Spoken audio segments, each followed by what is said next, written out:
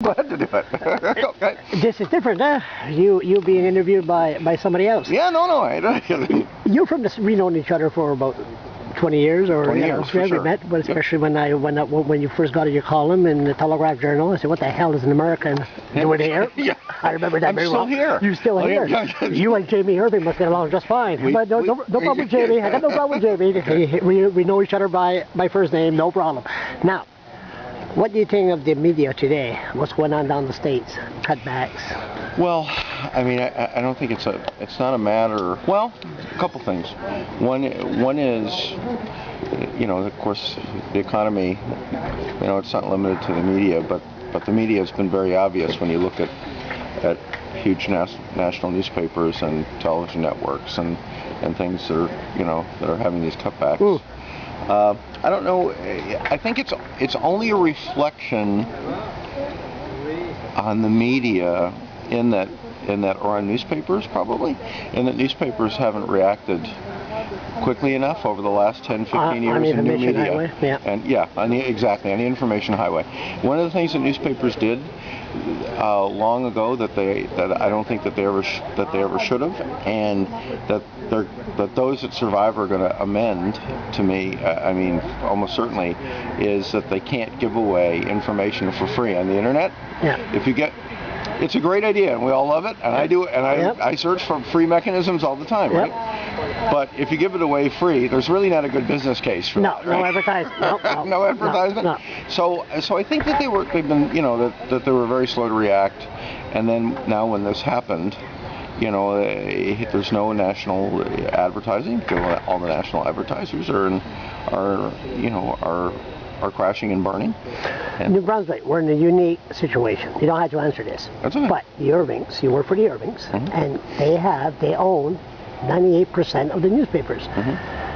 How can we, isn't this monopoly, how do you deal with it to have the public trust the newspapers like you saying, listen, I can report unbiased? How can you do that? Well, I don't know that if it's possible. I know the way I feel, and I can make that argument, but I don't know if it's possible under any circumstances for everybody to believe that. But what I can say is that, you know, I worked at the New York Times, I worked at Newsday, you know, I worked at the Miami Herald, I've worked at many large newspapers. You've been around. And in terms of, I don't always sit on the editorial board or anything. On occasion, I sit in meetings. In terms of the way those decisions, you know, the day-to-day decisions are made, I don't think that I see them made here differently than in other places. The dynamics are different, certainly, because we're in a place where there are, you know, the Irvings, the McCains. There's about 4 people that are in a small province. In a small province, so they're the power brokers. Yeah. Like a lot of people talk about LNG, you know, and you know, see that as an issue where perhaps, you know, there was impropriety because of the people involved. The interesting, or in terms of the newspaper backing, is what I'm talking about. And when I look at it, I think that you got to call, you know, something the way it is, and it is the Irvings. There's not another company. There's not another company there, and there wouldn't be another company coming in here into this market to try to do this, right? So it is the Irvings, and that arises suspicion, right? Yeah. But I think that the newspapers, if taking a pro-development position, and I think that that's what they would be taking, would be backing that project if it was done by Tom, Dick, and Harry. Tom, Dick, and Harry. But I understand too. I understand the you know, the suspicions that people have.